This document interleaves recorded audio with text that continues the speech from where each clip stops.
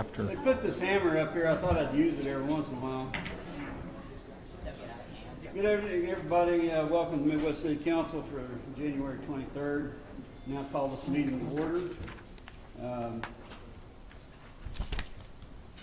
First off, I want to call Mr. Sullivan down to offer our invocation. I also want to introduce two guests, cadets from Midwest City High School.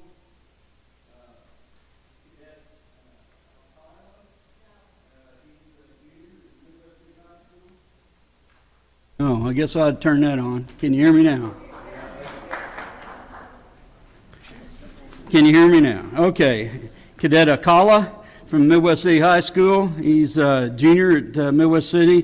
Plans to go in the United States Navy when he gets...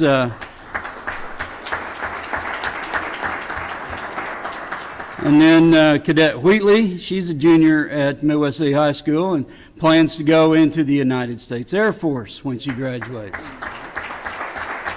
So they'll be leading us in the Pledge of Allegiance. Mr. Sullivan, can you offer the invocation? Please stand.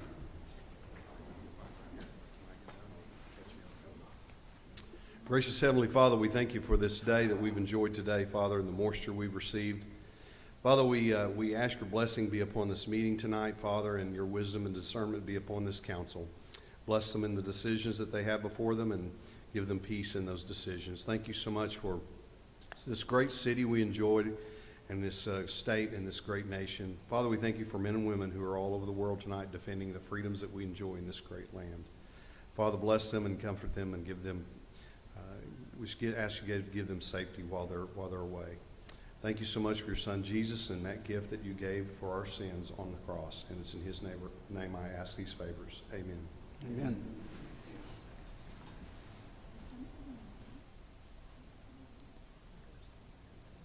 I pledge allegiance to the flag of the United States of America and to the republic for which it stands, one nation, under God, indivisible, with liberty and justice for all.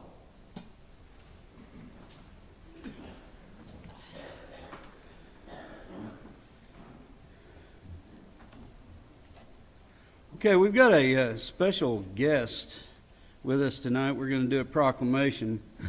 He has had touched 6 generations of our community over the years in coaching and ministry from First Baptist Church in Midwest City. And it's an honor that we get to bring him for us and honor. So, Jimmy, would you meet me down front, please?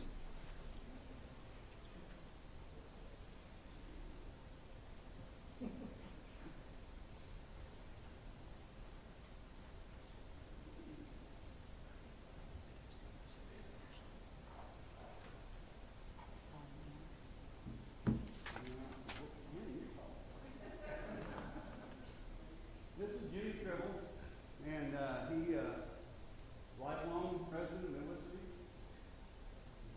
graduate, coach in Middale. He done youth ministry at First Baptist Church in Midwest City for 35 years, and he is the epitome of somebody that's working in the community and making it better. And it's an honor that we can bring him before us and honor him today. So, whereas Youth Pastor Jimmy Tribble and his wife Karen at First Baptist Church in Midwest City are retiring after 35 years of faithful service. And whereas our community knows him as a kind, funny, and friendly coach, he's volunteered and dedicated his adult life to helping and encouraging young people here, especially athletes.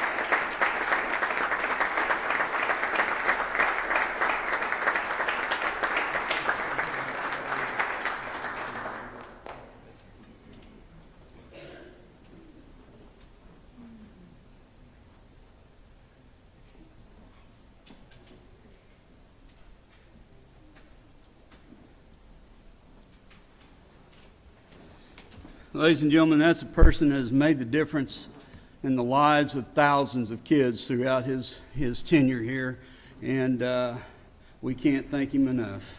So, okay, we move into community-related announcements. Mr. Lyon. Thanks, Mr. Mayor.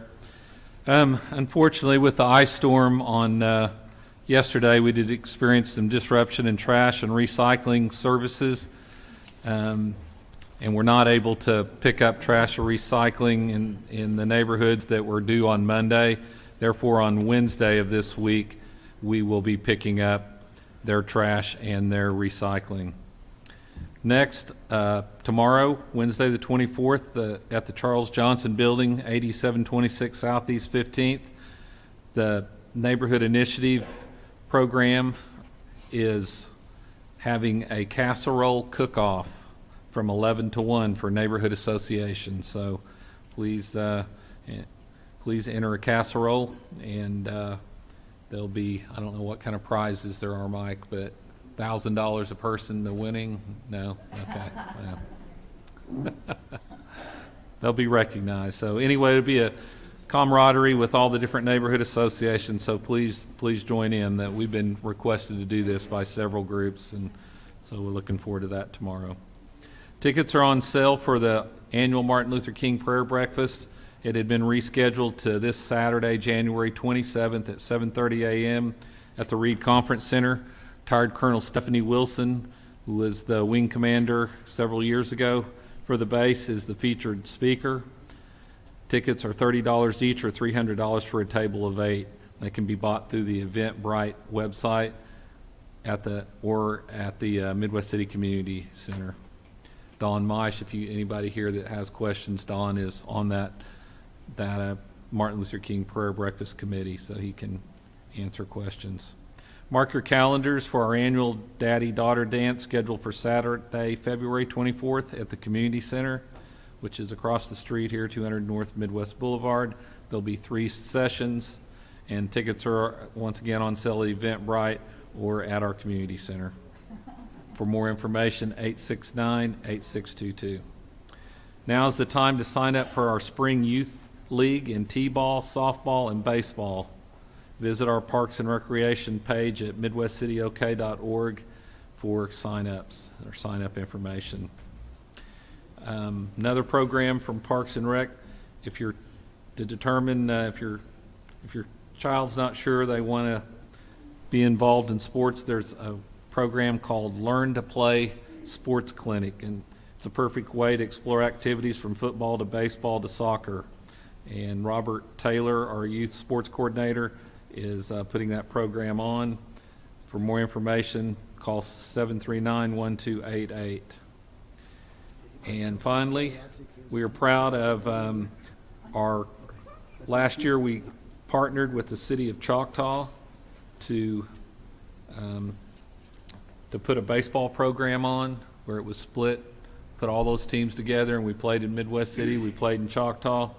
As a result of that out-of-the-box kind of thinking and teamwork that we have with our fellow city from the East, we received an award from the Parks and Recreation Society Special Event Program Award for this partnership and excellence for demonstrating outstanding quality and professionalism for a joint effort over 2 seasons creating Youth League for Children in Eastern Oklahoma County. So I guess we're doing it again, so this will be our 3rd season because I just signed the contract. So anyway, good job, Josh Ryan and his team.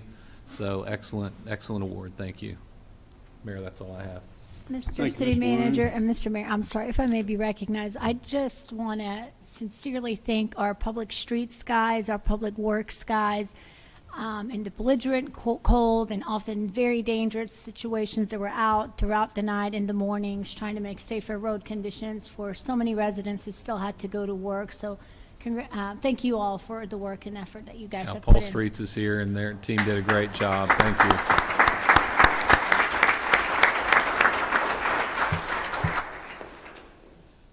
Thank you for that. Ladies and gentlemen, move into our consent agenda. These items are placed on the consent agenda so that the council, by unanimous consent, can approve routine agenda items in one motion. If any council member requests to discuss an item or there is not unanimous consent, then the item will be removed and heard in regular order. Chair would entertain a motion to approve. Second. I have a motion and a second. Any further discussion? All in favor indicate by saying aye. Aye. Opposed? Abstention, motion carries. Move into discussion items. Discussion item number 1, Mr. Lyon. Discussion, consideration, possible action of review of the moratorium on new construction and new development that will connect to the Midwest City wastewater collection system that serves a portion of the east side of Midwest City. And this is roughly a 90-day review that we had talked about council with Mr. Bundy. Thank you, Mr. Lyon. This is a 6-month review. Our moratorium was passed on August 22nd, and this would be roughly, 6 months from then. Our moratorium, the study that we started to look at the moratorium has not concluded yet, so we don't have anything to present at this time. We are working very hard at trying to get you the information, and we will try to get you as soon as possible. I know there's other people that are anxiously waiting that, particularly some developers, but we're trying to get everyone the information they need.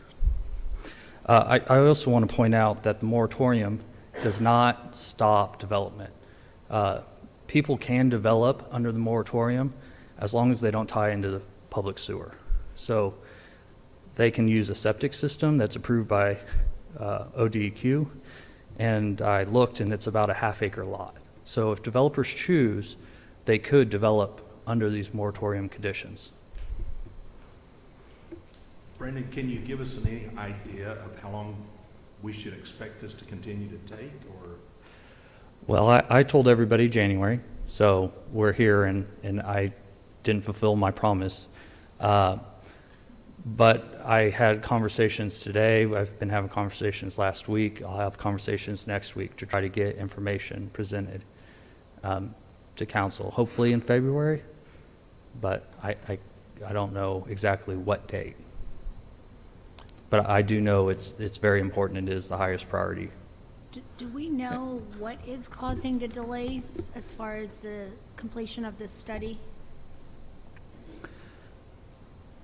Well, the study, the information has been put together, but it's not in a presentable fashion. And so it's just kind of looking forth to make sure it's in a good presentation state for you to see. It's a lot of information. And so we're trying to figure out a way to present it to you all so that you have the information to make a good decision. If we show you, our information right now is not something that's easy to, you get lost The in all of information's everything. not complete. Yeah. It was missing information. I saw it last week. It's not ready. It needs to be ready soon. And as soon as we get the information, and we have Freeze and Nichols here tonight if they want to come up and say anything, but the reality is it is not a format where we can create the options that we need to create for you as a council to make a decision. And as soon as it is, we'll probably have a special council meeting within the next 3 weeks at the most is my. And can I ask, when did we officially request for the study to be done? When was that date? We had that on the agenda.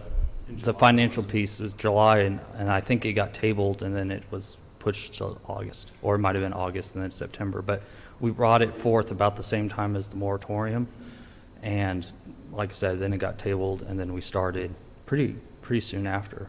So But there were more than one component to that study. It wasn't, remember, it got amended. The scope of work increased tremendously. I Tremendous. will ask 2 questions and you can answer them in whatever order. So once the study is completed, and this is just me making assumptions and expectations here, we know we've had the sewer problem for a while, and that's why we're having this study to see how we can comprehensively address it. My expectation would be that then after that, there will be construction projects that would need to be completed, right, to get the system up to date. So with the construction project expected, do we even have a tentative dateline or a deadline of when this moratorium may be lifted? Well, that's what I'm trying to do, is get you the information so that you all can make an action to lift the moratorium and to fund whatever improvements need to be made. Yes, there's engineering and construction in the future, but first we got to figure out how to fund it. And I think that's the decision that I'd hope to present to you for decision. I just want to share something with the council. My concern is, I know government works slow, but this is a project that's been outsourced to a third party. And I was uncomfortable with extending the moratorium, but with the understanding that within 3 weeks, we should expect a special council meeting to get that report in so we can make a educated decision. I'll wait. But I know that there's a lot of frustration amongst a lot of different branches of the community, particularly with the employees coming in on Tinker and also the housing struggles that we as a state are facing right now to try to get this going as fast as we reasonably can. And of course, there's the funding part. Right now, as it stands with the information we have, it's a $30 million project. So that's another thing that we're going to have to take into consideration as we get the information. So that's another issue we're going to have to discuss. And it's not an easy one to overcome. So can we hear from Friesen Nichols representative? I apologize, I forgot your name. So, yeah, Clay Herndon is with Friesen Nichols. He was here for a different item, so I did not ask him to come here for tonight. So he might not be, but he is the expert, so. Yeah. The only thing that I was just going to ask is, can we have some kind of guarantee that within the next 3 weeks, we should have a report, something that's going to be presentable to council? Yeah, thank you, Mayor, Council, appreciate it. Clay Herndon, Friesen Nichols. Clay Herndon, Friesen Nichols, do appreciate the opportunity to be here this evening. We are working diligently with staff. It's a complex problem, complex solutions, a lot of moving parts, a lot of different what-if scenarios to try to head off, if you will. So again, as Mr. Bundy put it, it's difficult to put that information in front of you in a digestible format, and that's what we're trying to get to now. Right, we have a lot of the great base foundational data, just getting city staff and city manager's office on board with how do we present that to you in a manner that we can make educated decisions and give you the information you need to make those decisions.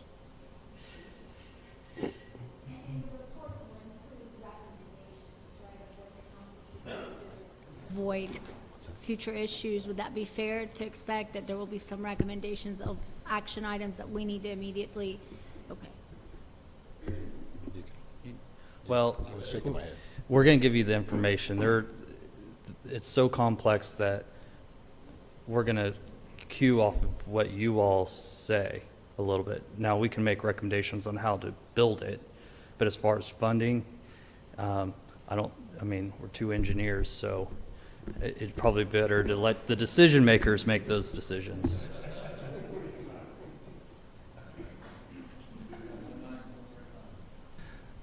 Yeah, so we will share the information, share the options, and we're not sure where we'll be at on a staff recommendation. I mean, it's a council decision. If we can do that, we'll do that. But there's so many moving parts to this that you'll know it when you see it. Well, it doesn't sound like in 3 weeks, even if we have a meeting, we're going to have a way to fix it. Because if it takes upwards of $30 million, we're going to find the funding mechanisms. Yeah, that's going to be the harder part. I mean, they're going to figure out how to fix it. It's just about money then and how you come up with a funding source to pay for this, or how are you going to, what's the shared cost? What's that formula look like? And that $30 million you're quoting, is that strictly for the issues in Ward 6, which seem to be? That is purely in Ward 6. That's the moratorium. That has nothing to do with the first part of that study about the condition of the entire system. And Ward 3, Hmm? and Ward 3. Okay, Sorry yeah, to Ward 3 bring is you in into that it. too, so.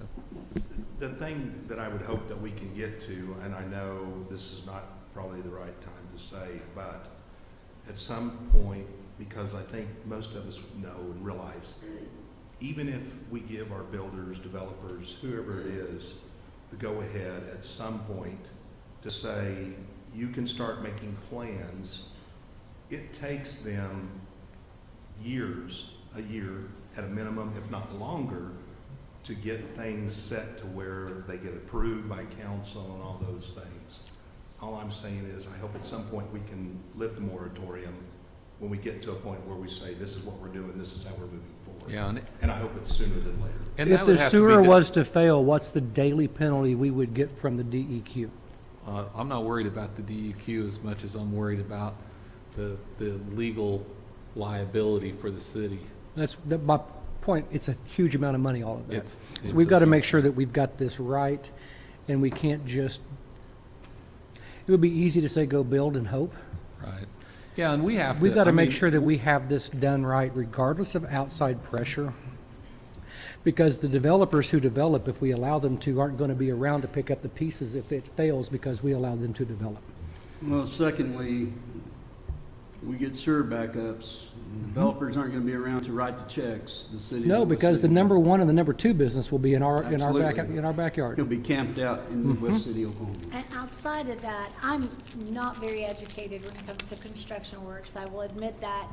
Can we elaborate a little bit what the cause of that is for homes that are already existing? Will there be backup in their homes? I mean, what happens if in a situation where If we it overload the collapses? system, yeah, we're going to be looking at backups and failure areas and low spots. That's the engineering question more than my question. I just get the claims. But, I mean, you want to answer that, Brandon? It just depends on the exact area that it backs up and fails. I mean, it would be like a little History Channel thing about disasters. Something we just want to avoid. And we know from the beginning, as we've talked about, that the lift stations have to be upgraded. There is no question. No matter what we do, those lift stations have to be upgraded.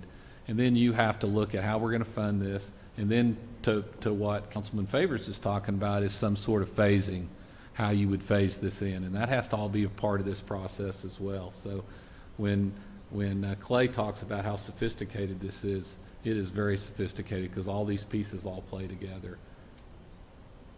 So that's why I'd rather do a special council meeting, not sit here on a Tuesday night with a full agenda and talk about this. I would rather us to come back in here and we just let them go through their presentation and then we'll have plenty of discussion. No, I don't think we need any action, do we? No, the moratorium is in place. The only thing you would need to do is if you wanted to amend the moratorium in some form or fashion, but you would need an agenda item and stuff like, and information like that, and it would be up to the city council to direct the city manager to attempt to do something like that, so, but. Tim's idea is a good one, we just move on to the next one, in a couple of weeks, when the special meeting, we come back, dedicate solely to this, with a lot more ability to have questions, answers to our questions. It'll be Freeze Nickel making the presentation at that point, but we will, I mean, we're going to see it first, and then from that point, we've got it, like Sarah asked, she's going to want some recommendations from staff, and we're not anywhere near that. I can just tell you, we need more information. But you have to have their study before you know what. That's right. That's true. Yes, sir. So, given all the discussion, there's no action needed on No. discussion item number one. No So, thank you for being here and appreciate it, and we look forward to your report. Absolutely. Thank you all very We much. move on to, No, it's not a public discussion. doesn't say it. Has it changed? Okay. Item number two. Move on to discussion item number two. Discussion, consideration, possible action of approving amendment number 3 to a professional services agreement between the City of Midwest City and Freeze and Nichols in the amount of $850,000 to develop a citywide wastewater master plan. So Carrie Evenson is our Assistant Public Works Director. She's been working on this addendum, and this is in line with the sales tax extension for capital improvements and our discussion with the public about doing a water master plan. Carrie, go ahead. Yes, sir. This is an amendment to the original contract between the City of Midwest City and Freeze and Nichols. This will be the first of two items that you'll see. You'll see a similar one coming up on the Municipal Authority agenda, and that's primarily so that funds from both entities can be used to complete this project. We'll remind you that part of the funding for this project is coming from ARPA funds that we were awarded in order to do our citywide master plans. So with that, I'll take any questions that you might have. Any questions, comments?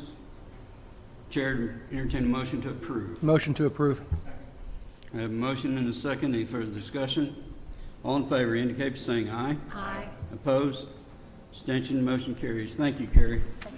Move on to discussion item number 3. Mr. Lyon. PC 2159, public hearing, discussion, consideration, possible action of an ordinance to redistrict from Community Commercial District C3 to General Commercial District C4 and a special use permit to allow automotive and equipment heavy in the C4 General Commercial District for the property described as lots 5 and 6 in the west 45 feet of Lot 4 in Block 1 of Country Estates, 3rd Edition, Oklahoma County, Oklahoma, located at 7415 Southeast 15th Street. Mr. Summers. Thank you. This is a rezoning application on Southeast 15th Street. The applicant owns a shop that's been in the community for many years. They're looking to upzone it to the C4 district with a special use permit so they can better use it for the uses they anticipate. Staff does recommend approval of this application. It meets our lot size requirements for the C4 district. There's already, a site-proof fence around the area where they might store, temporarily damaged vehicles on the site. We've not received any complaints from any neighbors at this time, and we did comply with all state and local notification requirements. We do have 2 conditions that we ask that the council attach to the special use permit. The first being just to affirm that, any temporarily stored vehicles that are damaged be behind the fencing, and then the second being that the special use permit basically become null and void upon the sale or transfer of ownership of the property.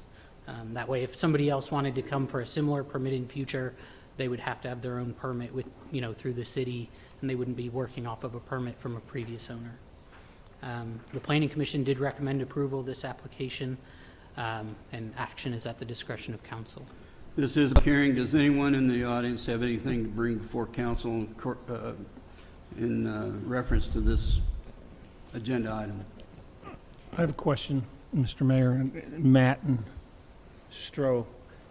We just went through a special use permit issue on Air Depot, and and I don't have a problem with this, but what is the recourse for the city?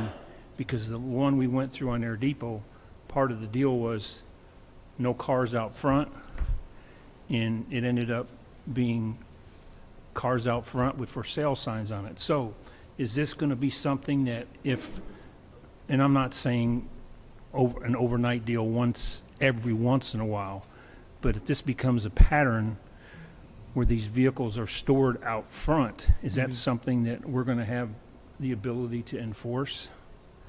Yes, it would be.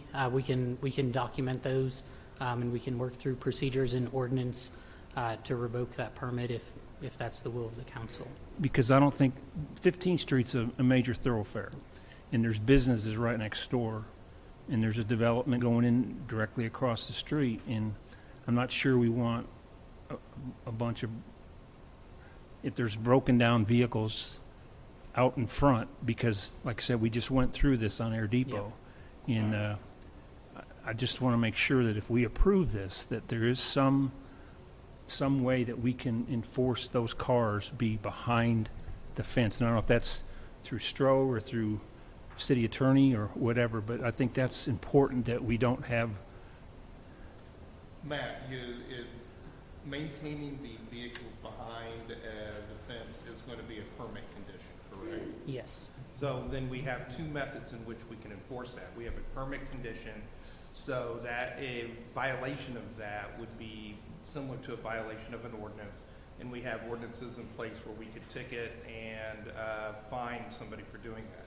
But as Matt also said, any permit that the city issues, the city retains the authority to be able to revoke that permit if it were to become a repetitive situation. So ultimately, if the problem were not to be cleared up, we could revoke the special use permit, and then they would not be able to have that business operating as it is right now in the location where it is being permitted. And I support it, I understand, I just don't want, we went through this, and I don't think nobody wants to go through that again. So that's my only concern, is that there is a mechanism, if they start, we start on a regular basis, start seeing vehicles. She's shaking her head back there, is that? I think the applicant's here, wants to come up and speak. Yeah, I think what Emily's saying is storage of vehicles is by right, but by making it a condition of the permit, we can revoke the permit for them to have operation of the uses that fall under the automotive and equipment heavy category that they're applying for the permit for, if that makes sense. So how do we, Mr. City Attorney, how do we do the motion to, like I said, I'm not, if it happens, It's already a permit condition, so you just need to approve the special use permit. It's already a condition in the special use permit. and I'm not So- saying if it happens once in a while, but Yeah. But then it would be, something like asking the city manager to direct staff to, not inspect, but, go by on an occasional basis to check to make sure compliance with that term of the special use permit is in fact occurring. so the way I hear it is, by us approving this, everything I'm bringing up will be covered in the special use permit. That, in my opinion, that is correct. I think so, yes. So the motion doesn't have to contain any special verbiage to ensure that the enforcement of this is taken care of? No, because the enforcement is in city ordinance as I said, the enforcement mechanism is already in city ordinance in two ways. One is you could ticket for failure to comply with that condition in the permit, or B, there's always the opportunity to, with notice and an opportunity to be heard, because once a permit is issued, it becomes a property right, much like your driver's license. You have to follow that same similar process. So, but you can go through a process to revoke the permit. With that being said, Chair, to entertain a Well, I motion. think, C3 going to C4 is going to allow them to have storage. So I want to stress that. I mean, inoperable vehicles, they're going to be allowed to have. But for code, it's got to be behind the fence. okay. It can't be out front. And that's what my issue is. It's not, But I mean, Is the applicant here? You want to come in and address some of the concerns of the council, sir? Sorry about that. Matthew Wilson, Newcastle.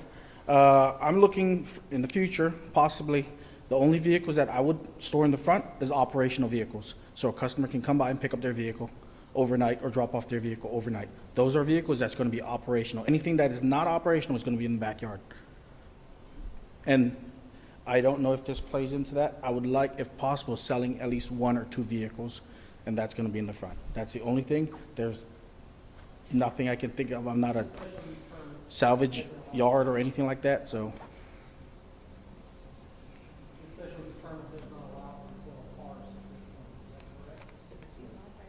Sorry. It would be permitted by If- right. Yeah, if the zone change from C3 to C4 is approved, auto sales would be permitted by right use. I'm more worried about junk cars than I am, I wouldn't be too worried. I own a record yard in Newcastle. All the cars go there and I scrap them. If that makes any sense.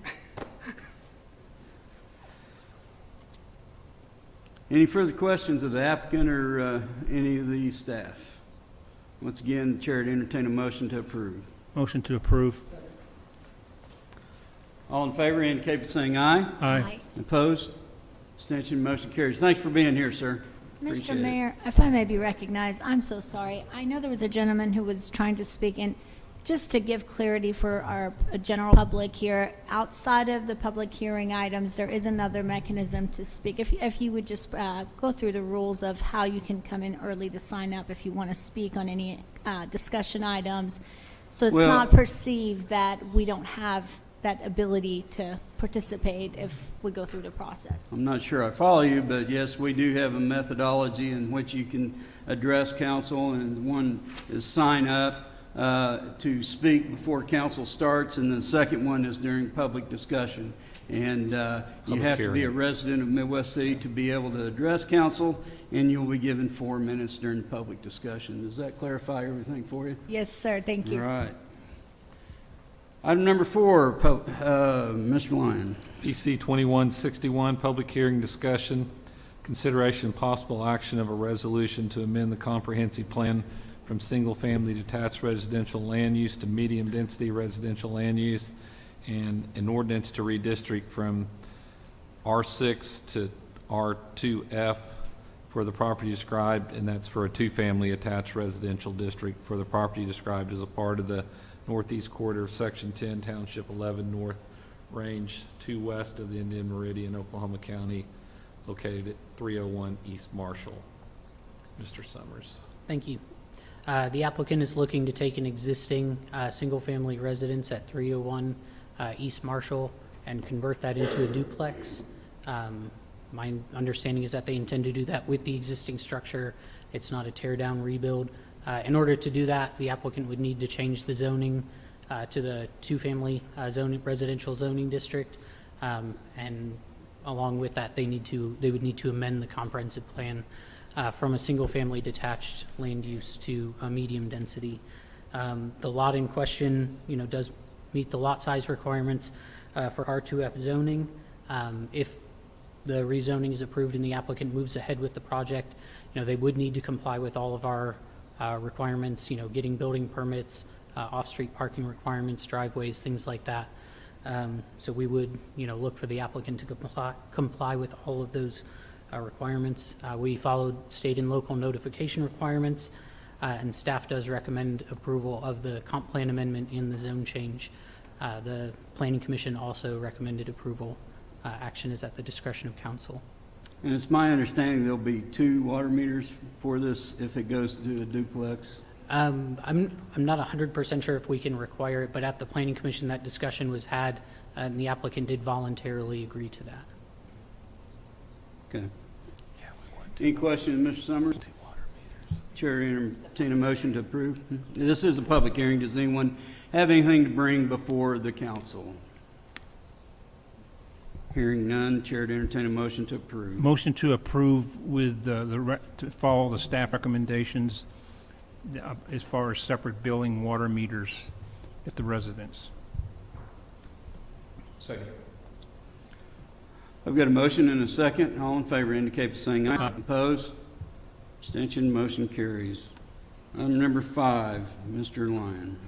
Public hearing discussion, consideration, and possible action to approve an ordinance closing to public use a portion of Marlowe Drive and portions of all 4 abandoned and previously released easements and 1 right-of-way or utility reserve recorded in Book 444, page 520, Book 464, page 73, Book 3889, page 407, and Book 4046, page 1110 in the Oklahoma County Clerk's Office and lying in the southwest quarter of Township 12 North, Range 2 west of the Indian Meridian, Oklahoma County, Oklahoma, providing a repealer, severability, and declaring an emergency. Mr. Bundy. Thank you, Mr. Lyon. I wish I could rewrite that item so it is a little shorter. November 14th, this came before council to close Marlowe as a road and have it rededicated by the developer as a utility easement. This was in basically a win-win from the developer and from the city's standpoint, but we missed a little step, and so we're bringing it before you again. So Joel, this is you're fine with this too, right? All right, make a motion to pass. It's a public hearing. This is a public hearing. Does anyone have anything to bring before the council concerning this agenda item? Now you can make the motion. Motion's already made and seconded. Second. We've got a motion and a second. All in favor indicate by saying aye. Aye. Opposed? Abstention, motion carries. We do have an emergency attached to this ordinance, and I need a motion and a second to attach the emergency. Motion for this emergency clause. A motion to approve as an emergency. Second.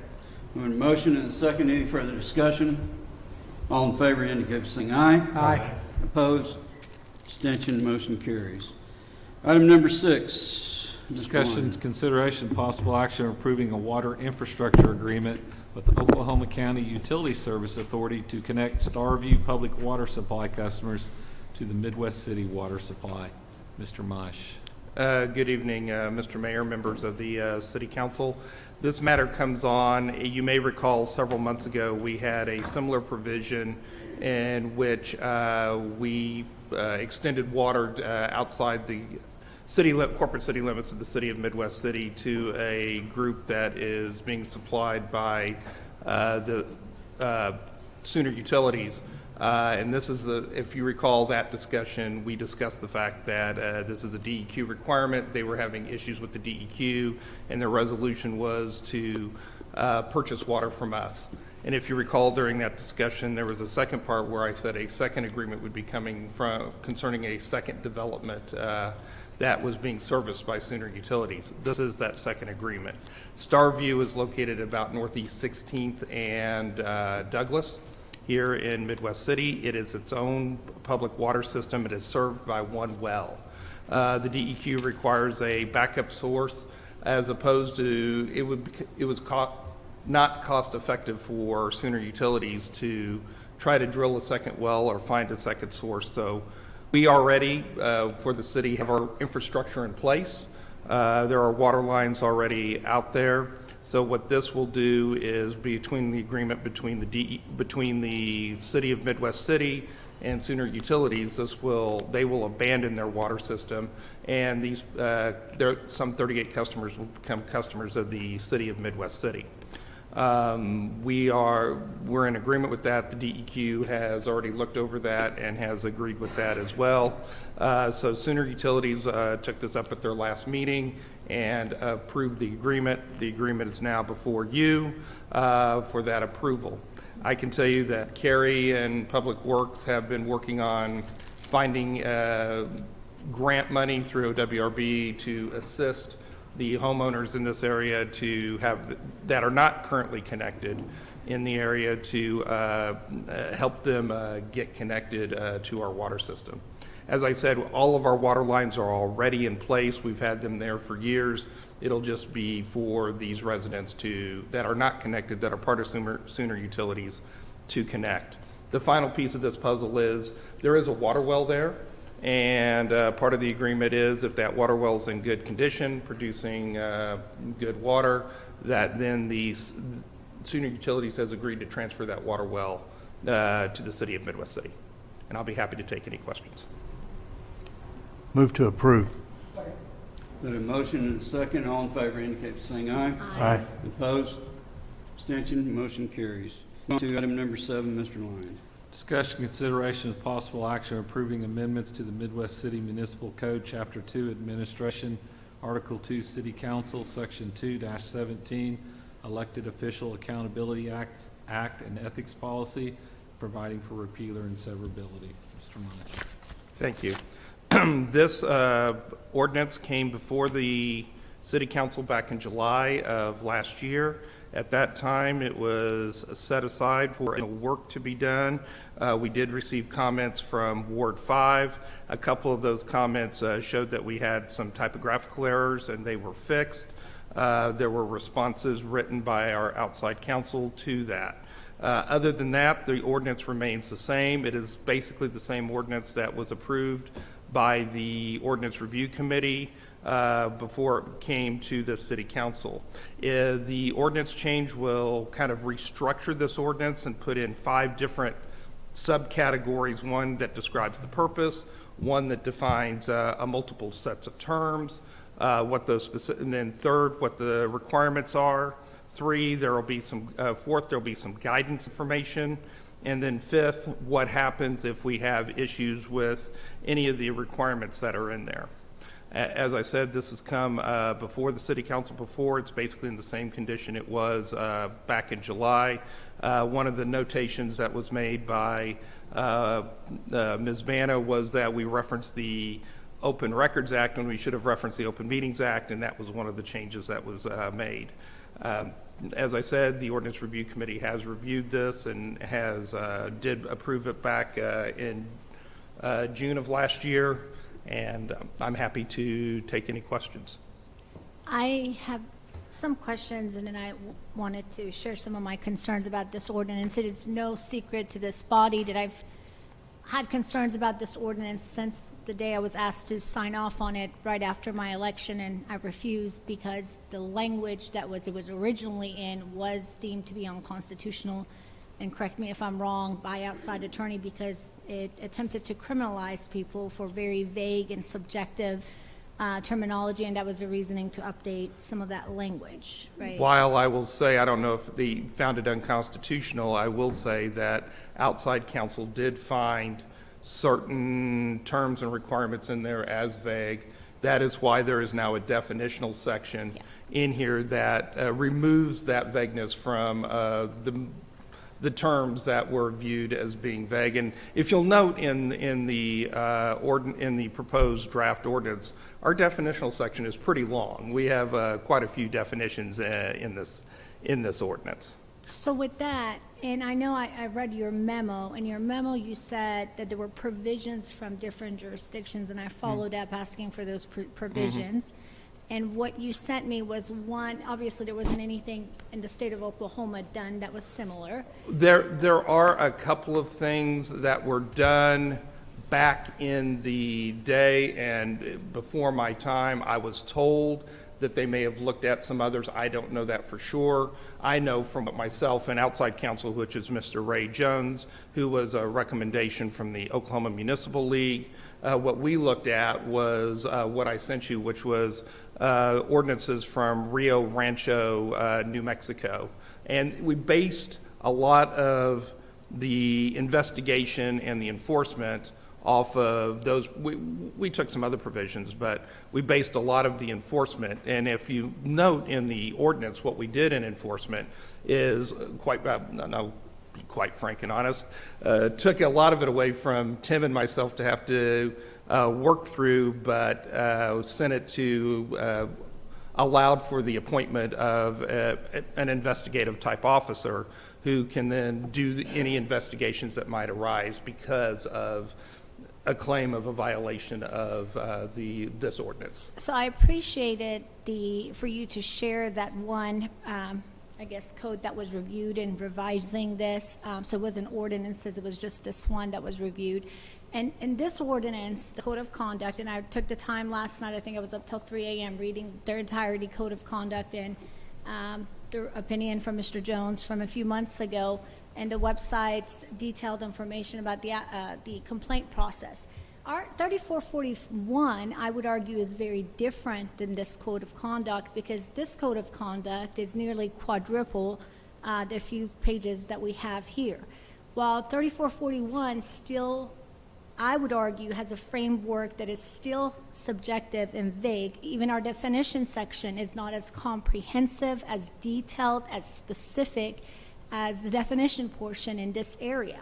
For example, this one from Rico Rancho addresses issues of corruption and that are result of unethical or unaccountable leadership, such as insider trading, favoritism, cronyism, abuse of power, retaliation, and other concerning misconduct relevant to ethics and government and accountability.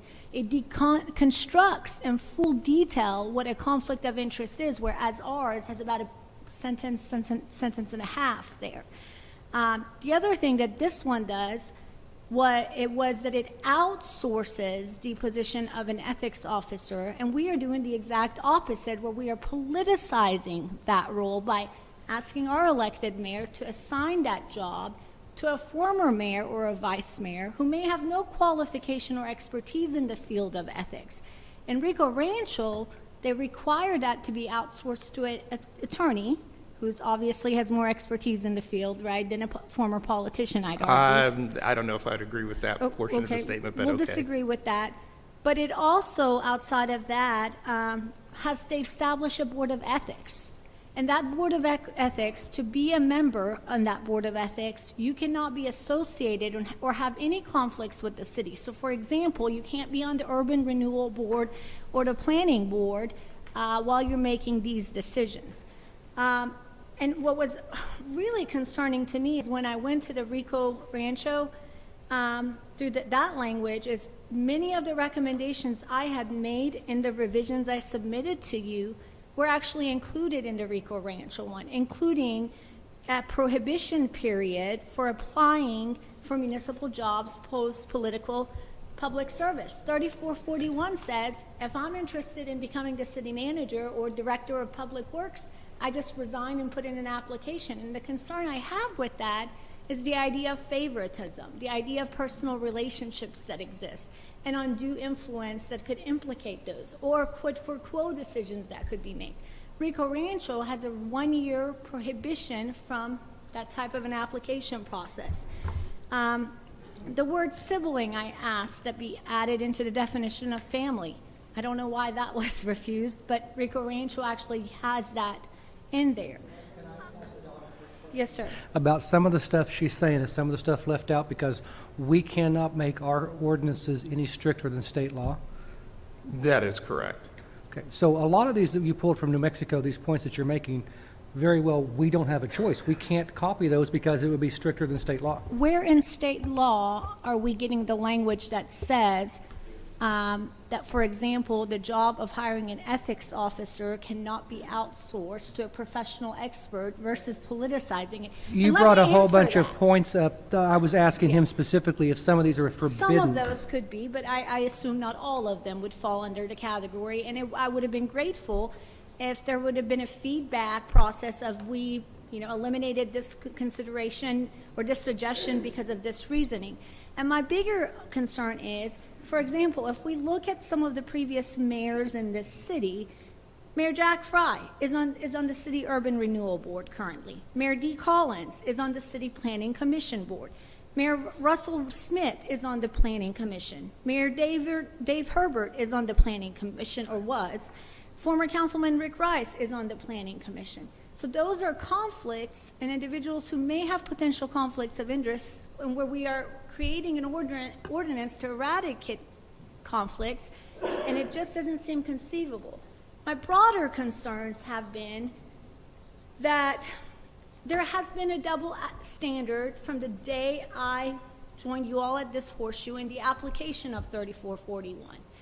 And I'd like that resolved, and I really have no hope for fairness and equity in the application of this ordinance.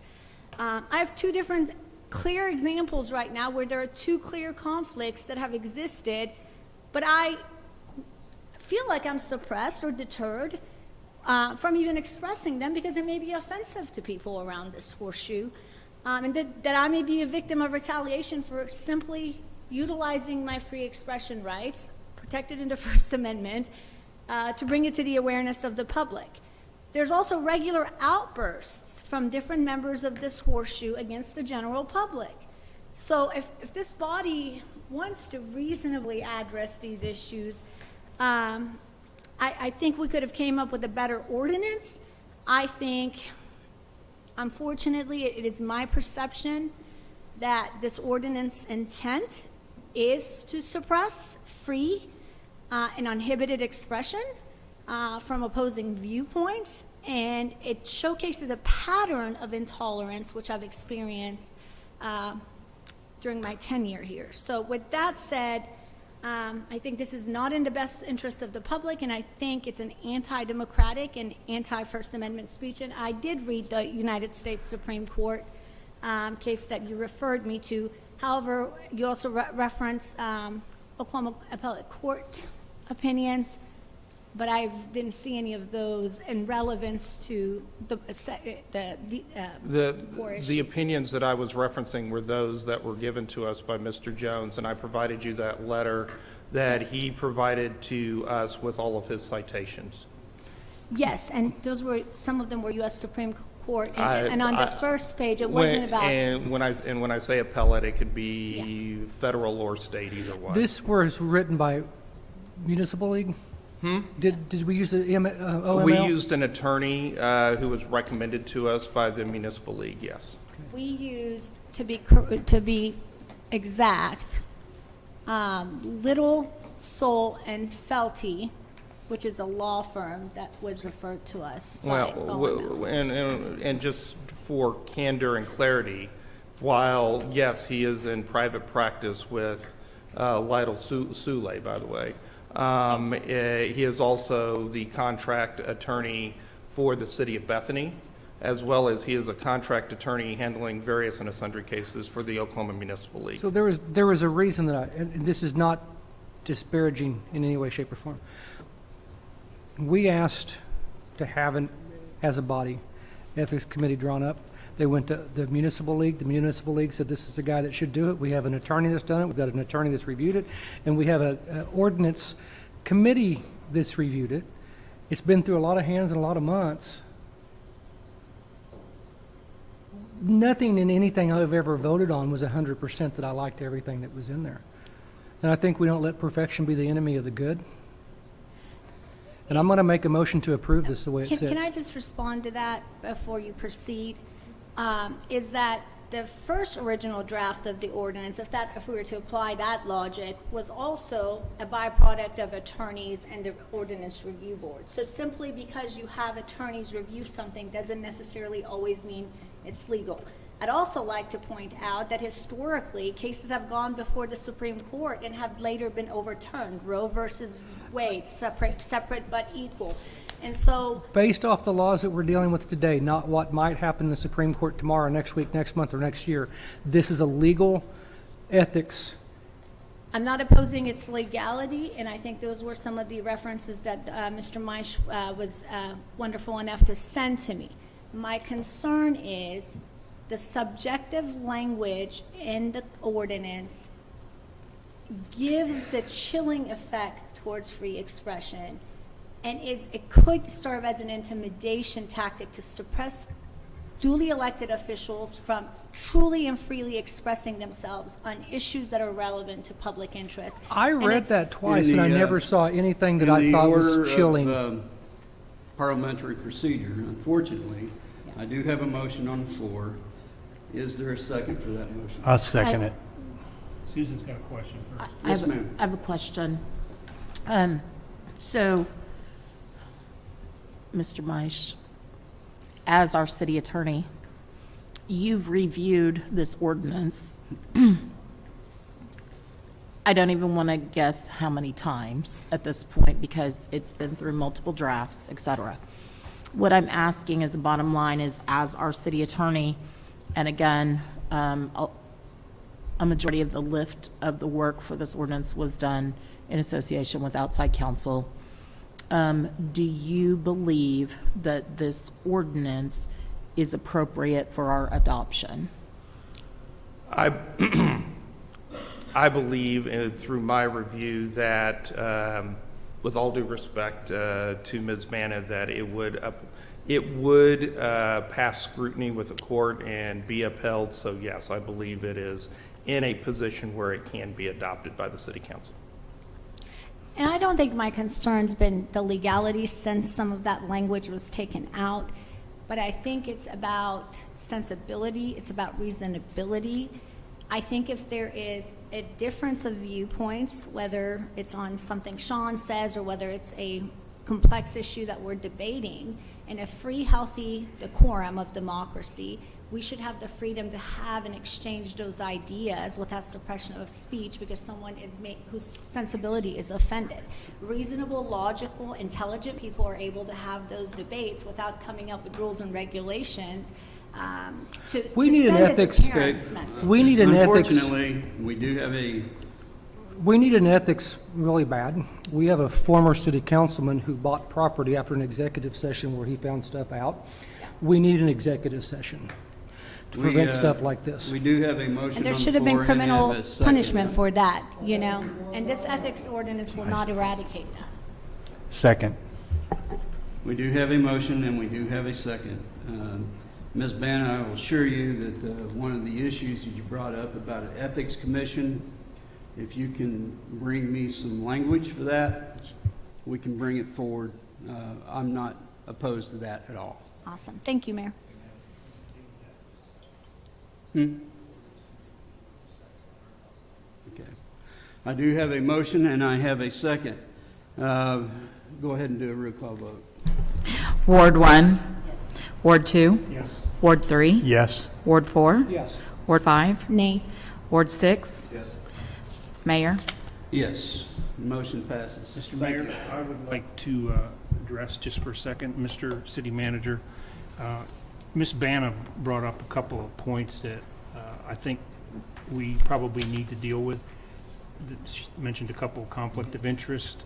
She mentioned suppression of talk and retaliation.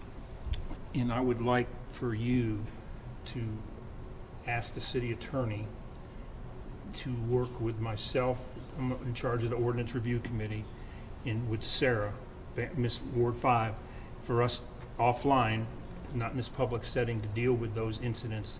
And if there's some issues that need to be taken up as a result of this ordinance, or stuff that we can change to make it stronger, that we'll do that. But I can't ask him to do it without you directing him. I'm fine with that. Thank you. Okay, we now move into new business public discussion. We do have one person signed up to speak to the council. Ms. Swartz, would you come forward and give your name and address, please? Keep in mind that during new business public discussion, since it's not an agenda item, we cannot engage with you on a one-to-one basis, but if you do bring up issues that we need to address at a later date, we can do so. So thank you for being here. My name is Janice Swartz, 2807 Del Costa Circle. I am here to say hi. I am a candidate for Ward 3. When I found out that our person who represented us from Ward 3 had left, I started coming to the city council meeting to find out what part I might be able to play in that. I had no idea there'd be 6 of us wanting to do the same thing. So there's 6 of us on the list. But I am a basically lifelong resident of Ward 3. My parents moved there when I was 3. And I taught school there, raised my kids there, and I just want to see if I can help the city. Pardon me for my emotions. I love Midwest City. That's okay. And I wanted to say hi.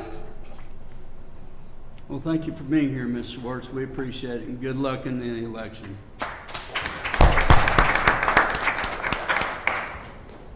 Okay, I would entertain a motion to... May I speak in the open discussion? You have 4 minutes, Mr. Moore. Thank you. I would like to, do I need to speak? Jeff Moore, 516 Cedar Drive. I was wanting to get up and speak a little bit when y'all was talking about the sewer costs, you know, the moratorium. One of the concerns Councilman Rick brought up was the landowners can always do aerobic systems or septic systems. I've talked to several of the large landowners, and we're afraid by the time, my tract is a 200-acre tract at Anderson and 29th Street. If we start in and try to do aerobic systems and start planning, and then all of a sudden the city gets, you know, they figure out the sewer solution, and then all of a sudden my plans change again. Then they're going, well, now you can't do aerobic systems or septic systems. Well, that just totally, that doesn't really work. You've got to be able to, if I decide I want to develop the 200 acres in half-acre lots with city water, I feel like that we need a letter guaranteeing that we could complete the addition, or at least a certain portion. But I've been totally shut down where I can't come up here and talk to people freely about what to do this 200 acres. And I'd like to figure that out. I mean, the landowners, we can't just sit back and wait forever. I mean, there's other options. I can deed the property over for a land conservation easement where the land can never, ever be developed again and do a big tax write-off. There's other options. I don't want to do that. I want to see Midwest City grow. We've done 16 additions out here, I have, and have done nothing but nice homes. And that's exactly what my plan was to do with this property. But we have to be able to work together, and 200 acres is a lot of land to plan. I'm already $57,000 into trying to plan what has been squashed. Also, before my 4 minutes is up, I've been asking, and I'm really trying to decide what should be built on this 200 acres. And I feel like what needs to be built on any piece of land in any city is what works, what your citizens need. I've been asking for a study. What have the citizens of Midwest City been purchasing the last 2 years, 3 years, 5 years? I've had several people from the city explain that they really don't want affordable housing. They want $350,000 and up. But if we would sit down at a table and really figure it out, you would understand that if you develop an addition the way you might want it done, then the lot cost is $75,000 to $100,000 per lot. Well, a $300,000 house don't work on a $75,000 to $100,000 lot. Generally, it's about 15% of the total cost of the house shouldn't be in land cost. So the city's got to help figure out a way, if they want some $350,000 houses, to help a developer or figure out and work with him where we can get lot cost to that 35, 45, 55,000 range tops. And we're not able to do that. I mean, I don't agree with the lot splits. Ward 3, the only thing left in Ward 3 and probably a lot of Ward 5, it's the infill lots. And in our comprehensive plan, it states that the city should work with the citizens, should work with the home builders and developers to be able to do infill housing. I mean, that's what revives these older neighborhoods, but we've been choked out. We're used to, you could do it. You'd spend $20,000 or $30,000 dragging water and sewer as a homeowner. You're spending that money to spend $20,000, $15,000, $25,000, whatever, to bring city water and sewer. And then you have to spend the money for engineering and the surveying, and it was impossible. You'd end up with a lot at $35,000, $40,000 then. Well, the one that I got hit with is now $56,000. So you add that $56,000 to that, and that's why we're not getting the lot splits. Last year alone, and I've been asking, this was through the records request, I asked the city about the permits. 30 more seconds. And I asked for the study, they wouldn't give it to me. They said, look it up yourself. I spent 12 hours probably looking it all up. And the city showed, for the previous 12 months, the city showed 250 permits, approximate. We get through them, we start going through them, and we see the city's repeating the addresses. And I hadn't seen any kind of apology or correction or anything. Maybe I missed something. And so then I asked again for a records request. And again, the only reason I'm doing the records request is so I can figure out as a developer what sells in Midwest City. Once I finally got the correction, and it comes out there's only 33. So the previous 12 months, not 250 permits in Midwest City, 33 permits for new housing starts. That's an all-time low. You're choking out Midwest City. It's a shame. We got Midwest City, or you got Tinker, you got all these servicemen and women that we're not supplying housing to. And if we don't get something figured out, I mean, some of this land's going to disappear, and Midwest City won't have an opportunity to even develop none of it, or at least my part. Thank you for being here, Mr. Moore. We appreciate it. That being said, ladies, I would entertain a motion to adjourn from the regular council meeting and move into a recess. I have all kinds of corrections. I'd entertain a motion to recess and move into the municipal authority. I have a motion and a second. All in favor indicate by saying aye. Aye. Opposed? Abstention? Motion carries. We are recessed from the council meeting. Somebody said, who seconded that?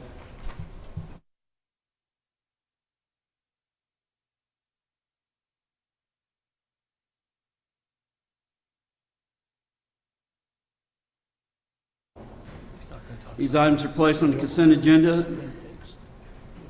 So the trustees by unanimous consent can approve routine agenda items by one motion. If any trustee requests to discuss an item or there is not an unanimous consent, then the item will be removed and heard in regular order. Chair would entertain a motion to approve. Second. I have a motion and a second. All in favor indicate by saying aye. Aye. Opposed? Abstention? Motion carries. We have 2 discussion items. Item number 1, Mr. Lyon. Discussion and consideration and possible action approving Amendment 3 to the professional service agreement between the City of Midwest City and Freeze and Nichols, Inc. in the amount of $850,000 to develop a citywide wastewater master plan. Second.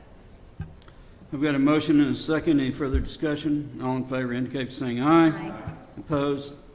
Abstention? Motion carries. Item number 2. Discussion and consideration and possible action approving water infrastructure agreement with the Oklahoma County Utility Services Authority to connect Starview public water supply customers to Midwest City Public Water Supply. I have a motion and a second. Any further discussion? All in favor indicate by saying aye. Aye. Opposed? Abstention? Motion carries. We now move into new business public discussion. Does anyone have anything to bring before the authority?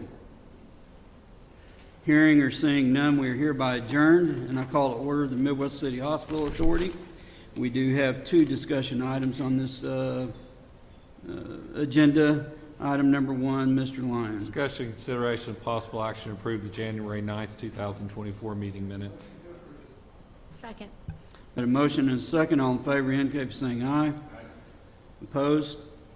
Abstention? Motion carries. Item number 2.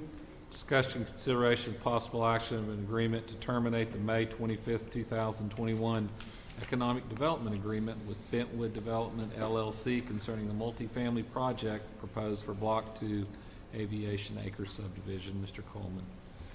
I think that the memo pretty much sums up the case. In 2021, Bentwood Development asked to purchase a property that we had where an overflow parking lot that was rarely used existed at the northeast corner of Will Rogers Road and Warren Drive, and we agreed to sell it at market value. Because of the cost of building being so high, they asked for an economic development agreement that we would rebate the cost of that lot minus any closing cost if they would build a quality design. The economic development agreement was also accompanied by a declaration of surplus and a real estate contract, which were all approved on the same night. A few months later, the property was rezoned in the hospitality district from R6 single family to RHD multifamily, which is where it sits now. There was no PUD done on it, no special requirements or anything. So if a building permit was sought now, it would be all under the RHD zoning district. The math hasn't worked out on this project, and the applicant is asking for our formal termination of the economic development agreement. He is not asking for his money back. He has a potential buyer on the lot, and they are concerned that we had stipulations on the agreement for his performance. The agreement actually expired on December 31st, 2023 if nothing was done, and nothing has been done except for some clearing and grubbing out there.